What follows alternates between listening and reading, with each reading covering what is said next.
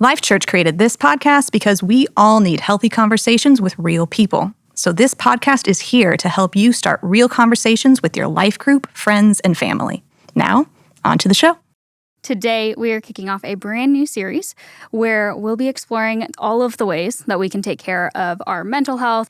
And I'm really excited about these episodes because I think they'll lead to some really great conversations. And some of you listening may be in what our church calls a life group, which is basically just a group of friends who get together on purpose and you're following Jesus together. But even if you're not in a life group, we hope you have people like that. Yes, absolutely. And I think before we get into the conversations, we should probably explain a few of the reasons why we're even having these conversations about mental health. One of the reasons is because our pastor, Craig Groeschel, is actually leading us through a message series called Peace of Mind, which is designed to help us understand what the Bible has to say about mental health. It feels like such a popular conversation topic right now on social media and in culture. And honestly, it reminds me of Matthew 22:37-39. It's Jesus, and he's talking, and he says, "Love the Lord your God with all your heart and with all your soul and with all your mind. This is the first and greatest commandment. And the second is like it, love your neighbor as yourself." So first, we're supposed to love God. Yeah. But then second to loving God is that we are supposed to love our neighbors. And with that, I think in order for us to love others well, we need to know how to love ourselves and put that love into action. Yeah, so I'm hearing two things there. One is like the commandment of love your neighbor as yourself. And then the other piece is when Jesus is talking about loving God, he's talking about doing it with your heart, with your soul, with your mind. So yeah, I can get on board with that. And I think it's also important to note that taking care of ourselves is vital no matter where we are in life, which is why this week's question is, what can I do to live a healthy, balanced life? And what can I do to start improving my entire well-being today? And so to answer that question, we asked our best therapist friend, Kay Gackel, to come join us. And she's co-created this self-care guide that will really help us talk about that. And we went ahead and gathered some of our friends from different ages and stages of life so that we can all talk about it together.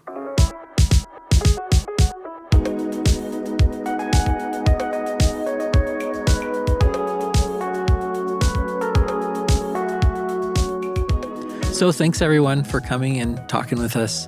Why don't we go around and you can just say your name, and then on a scale of 0 to 10, so 0 would be like no stress at all, you're just chilling, and 10 would be the most stressed. How are you feeling right now?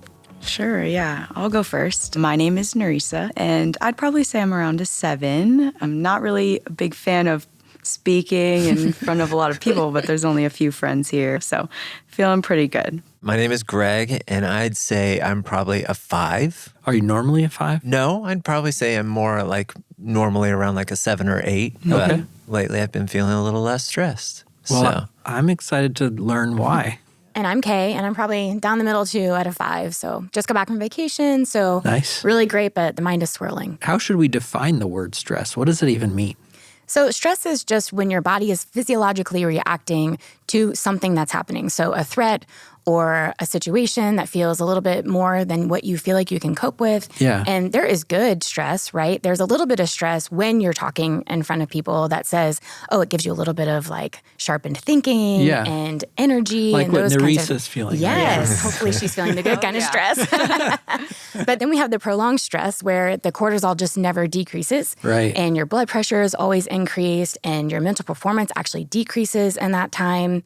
So we want to make sure that we kind of keep it in that good level of stress and that we really pay attention to when our high levels, prolonged stress continues. So I heard you say we want to figure out how to keep it at a good level. Yeah. What are some practical things that we can do to manage stress? We sort of talk about how there's these external stressors and then how it manifests internally. And so some external stressors we can look at are just the basic ones. Have you had any transitions in your life? Even the good things like going on vacation, right? Yeah. Even those kinds of things will create stress.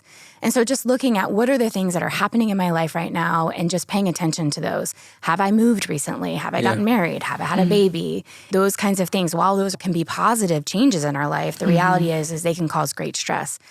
And then internally, we can sort of mark these things off of like, am I feeling like there are things in my life that I'm unable to cope with? Do I feel consistently overwhelmed? Am I getting angry when someone else asks me to do another thing? Am I just feeling this internal on the edge kind of feeling all the time? Yeah. And so those are sort of ways that we can sort of monitor, okay, what is going on with me, and pay attention to what's happening to us. And this is exactly why we have you here, Kay.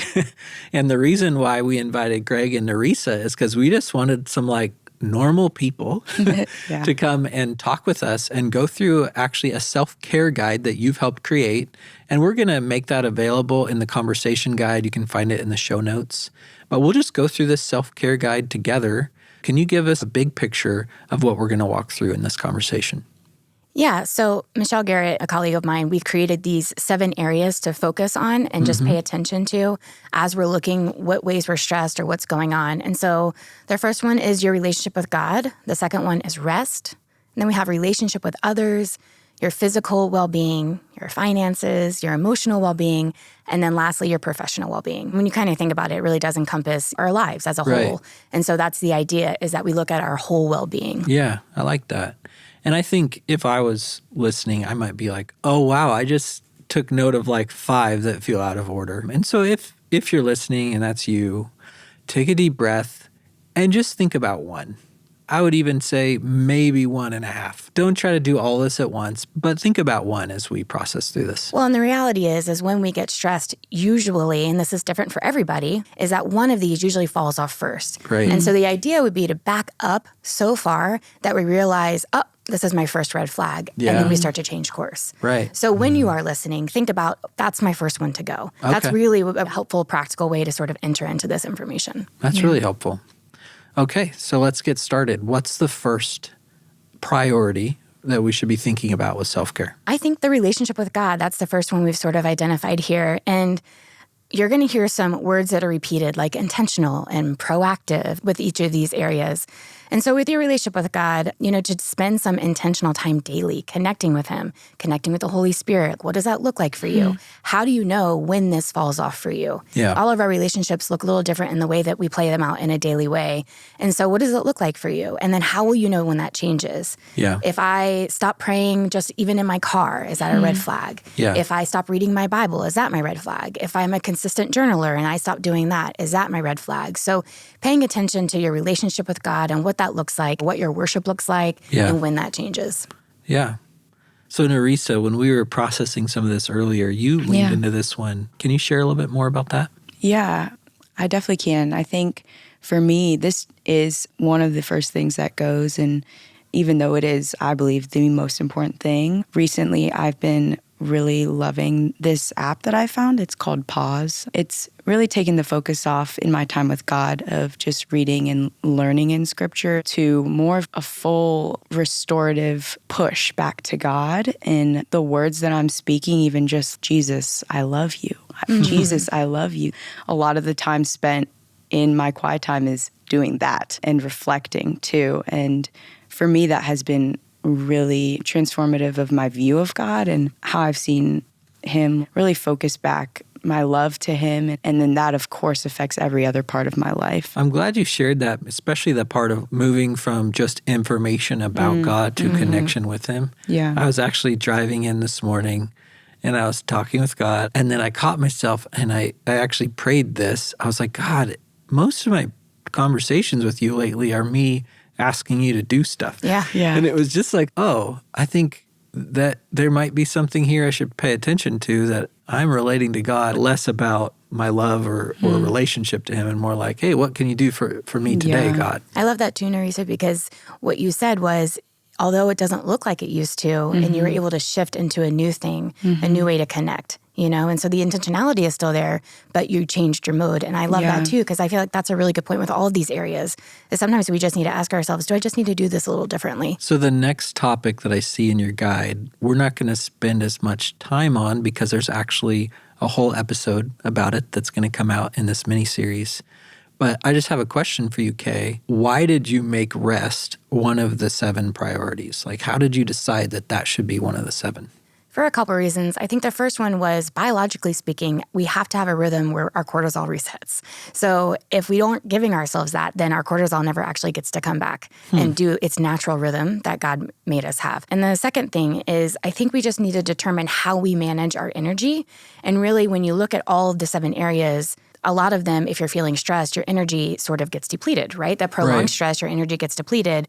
And so rest automatically affects all of the 7. And so really just figuring out, what does it look like for you to manage your energy and to give life-giving rest back to yourself? It seems like the definition of rest can be pretty broad. Yes. Is that what I hear you saying? Yeah. So rest, there's a reason it's one of the priorities. Why don't you bring us into the next topic? So the next one is relationship with others. And this one, I don't know about you guys. This is actually my first to go. So when I am feeling stressed, I withdraw pretty quickly. So the questions here would be, do you have quality relationships with trusted people? And are those relationships, are they transparent? Are they authentic? And this one is always key for me. Are they mutually satisfying?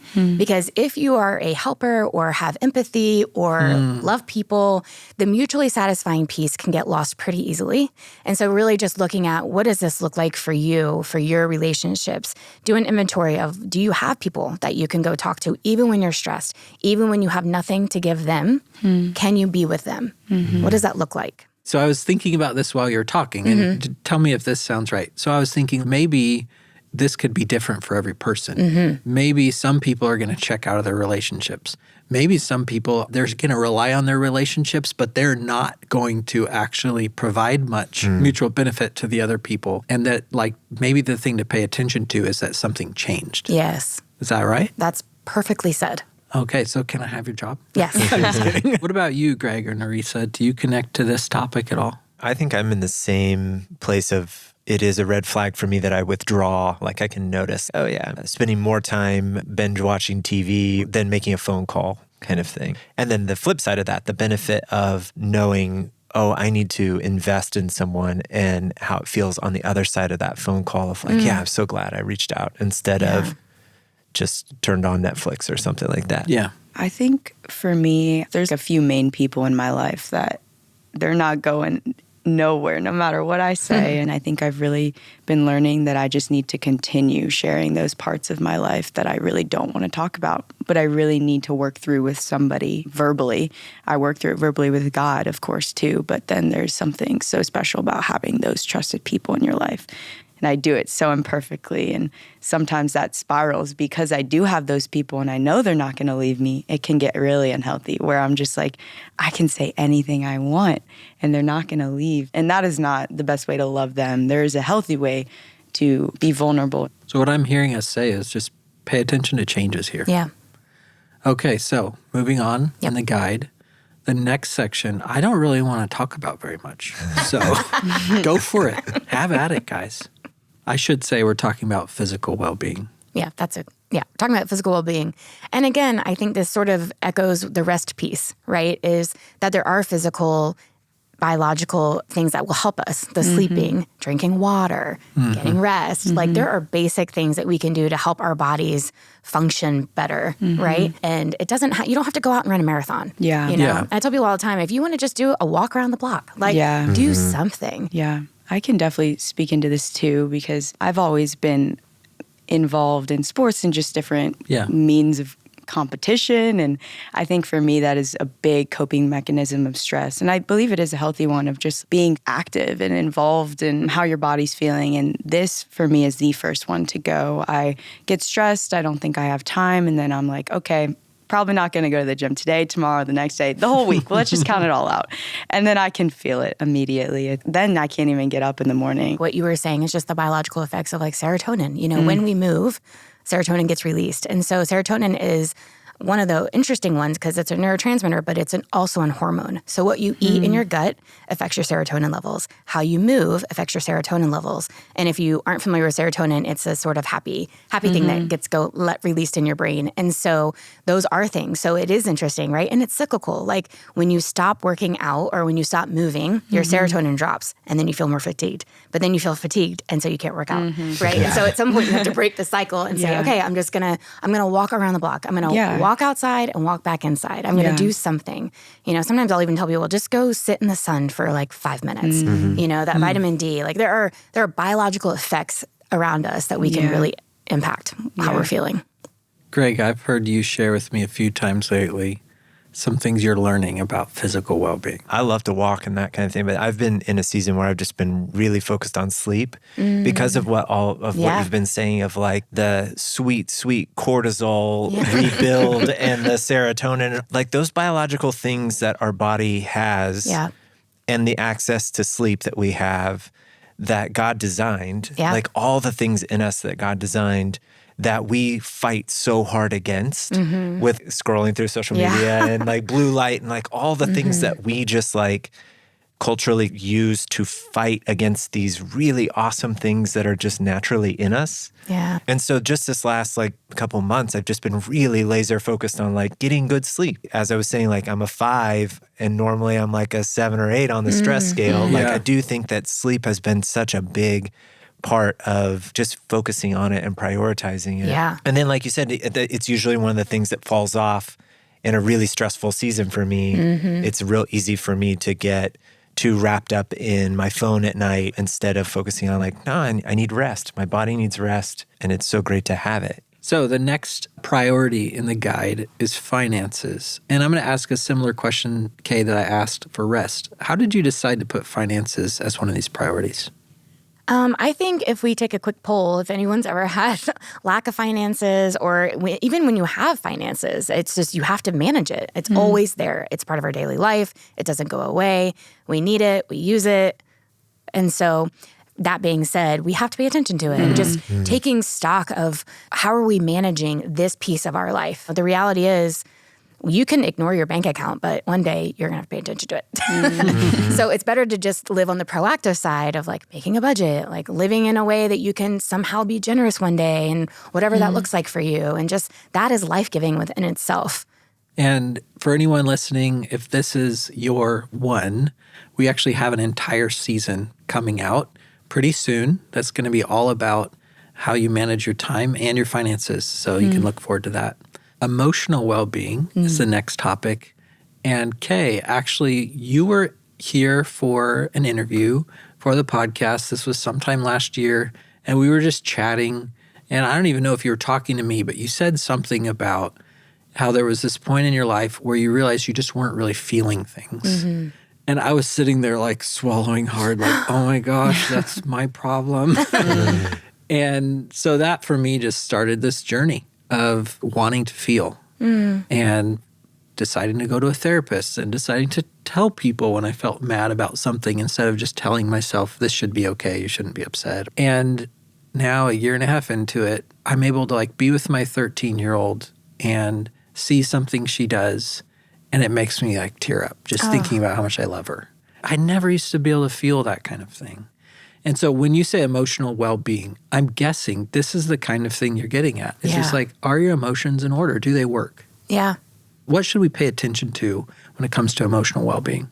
I think just paying attention, I think is the first step, like you said, figuring it out. If you are feeling numb and you aren't really able to access those kind of emotions, just maybe giving yourself the gift of diving into that a little bit and giving yourself reflection time. This is one of the things where I find with people in my office, the thing that is most consistently said is, I don't have time for that. And people think that they don't have time to really like figure out what they're feeling or sit in it for a hot second. And the reality is we have time. We have time in the car, even if it's 10 minutes, or even if it's that walk around your block, just giving yourself the time to be like, what happened today? Was I mad? Was I sad? Was it a good day? Am I happy? Am I just content? Like what are the things that I'm experiencing? Because it does take some skill, right? It's a little bit of a skill to relearn how to live in that and to be in that a little bit. And so to just give yourself the time, I think is the biggest thing here. So we mentioned noticing if you're feeling numb. What are some other signs that I might notice if emotional well-being is a priority I should focus on?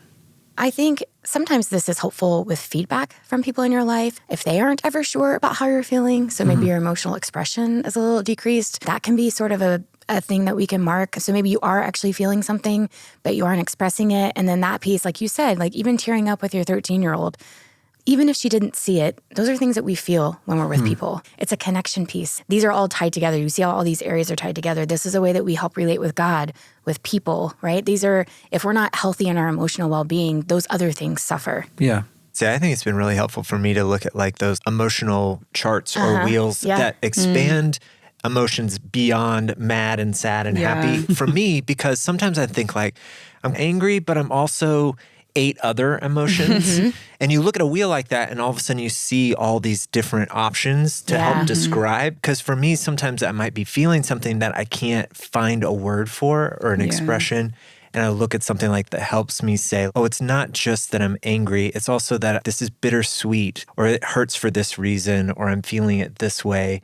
And that can help me express those things better to the people around me, to God, to myself. I got in a fight with my wife where we got to that point where we need a little space. And I went and immediately just opened a note on my phone and just started saying, I feel blank, I feel blank, I feel blank. And I had a list of 15. Then once we came back, I was like, okay, here's 15 things I was feeling in this moment. Oh, I love that. And then it was like, yeah. And some of them were kind of good. And it's just all the random things that we feel in a moment like that.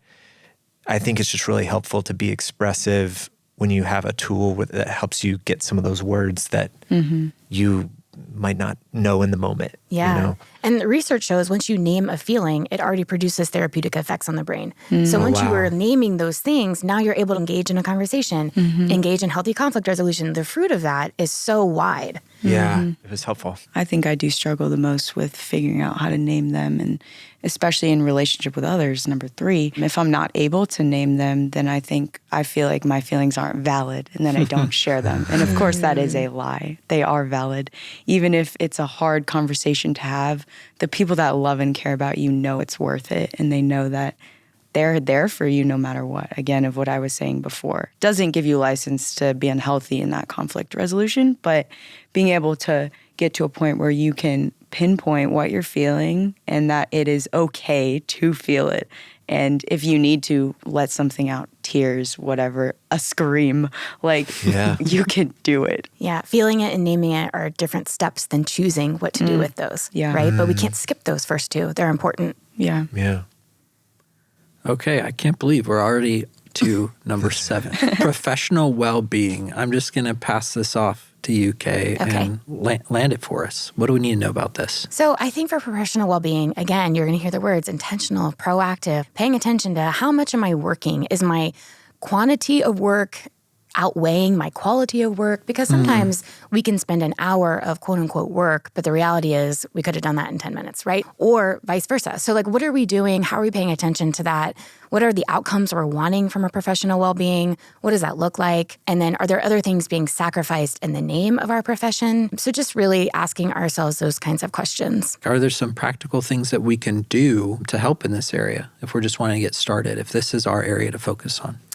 So if this is your first area to sort of drop off, then I would really say, what are some other things that are going to build this one back up, if that makes sense? So do we need, like Greg was saying, do we need rest? Is that going to actually benefit our professional well-being? Do we need physical exercise? Because some of these things, if we're not really engaging in our work, we're not mentally able to really be there when we need to be there, then there's probably some other things we can add into our day. Let's say at lunch, you take a 15-minute walk, sort of re-engage into your day. Yeah. Or you make sure that you're not working through your lunch every day, but that you actually leave and then come back if that's possible for your job. So there are some things that you can sort of implement to sort of break up the day and really re-engage. And if you're working too much, then the question is, okay, well, if I'm working too much, what are the things that are falling off? Which is going back to your other point, trying to manage all 7 of these. They might not all get the same attention, right? The key here is to really recognize the first one that falls off when you get stressed. And then to really work in figuring that out.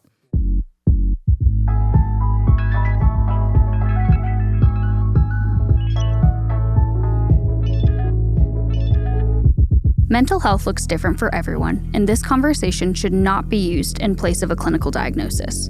If your symptoms are getting in the way of daily functioning in the areas of work, sleep, health, relationships, or emotional well-being, it is best to talk to your doctor or a professional counselor.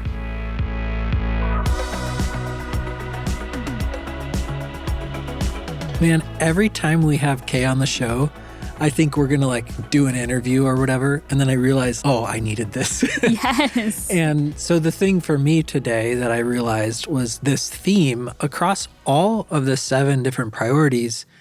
The theme is just pay attention to see if something's changing. And for me, I noticed that on my relationship with God, the thing that I've noticed that's changing is so much of my interaction with him is trying to get him to do stuff for me right now, and it feels less relational. So that was just helpful to notice that.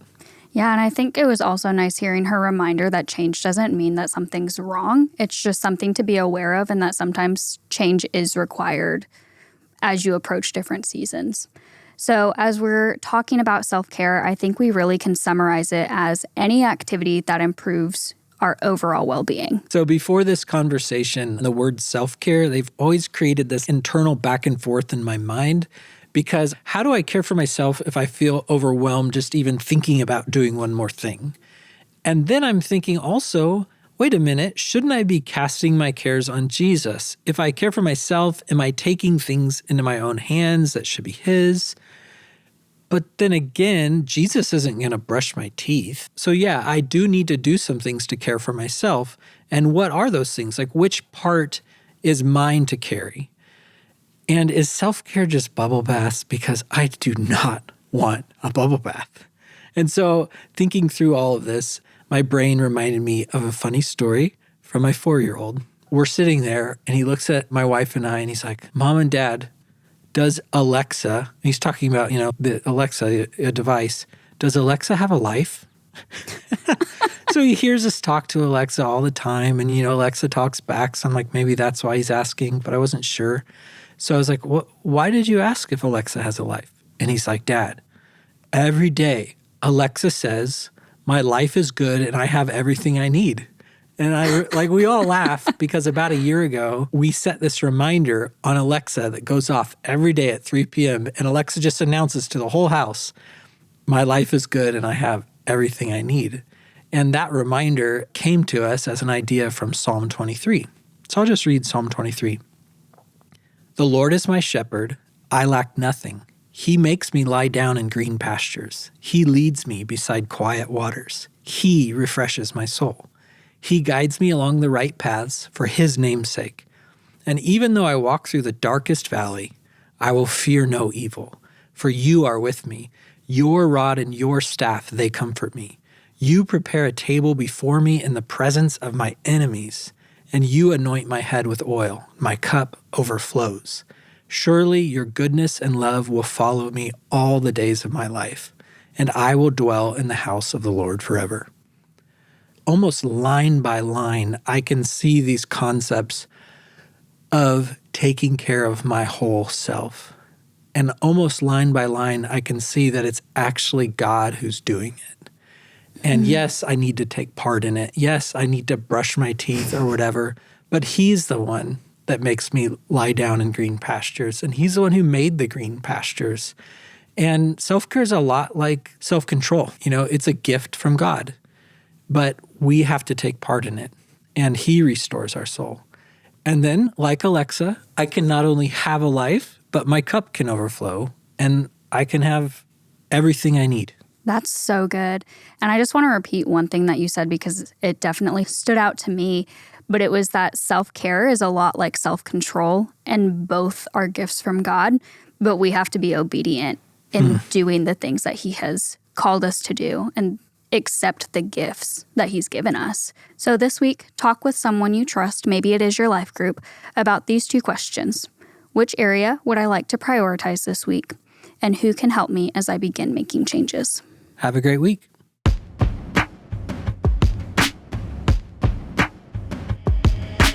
Hey friend, remember to look in the show notes for the conversation guide.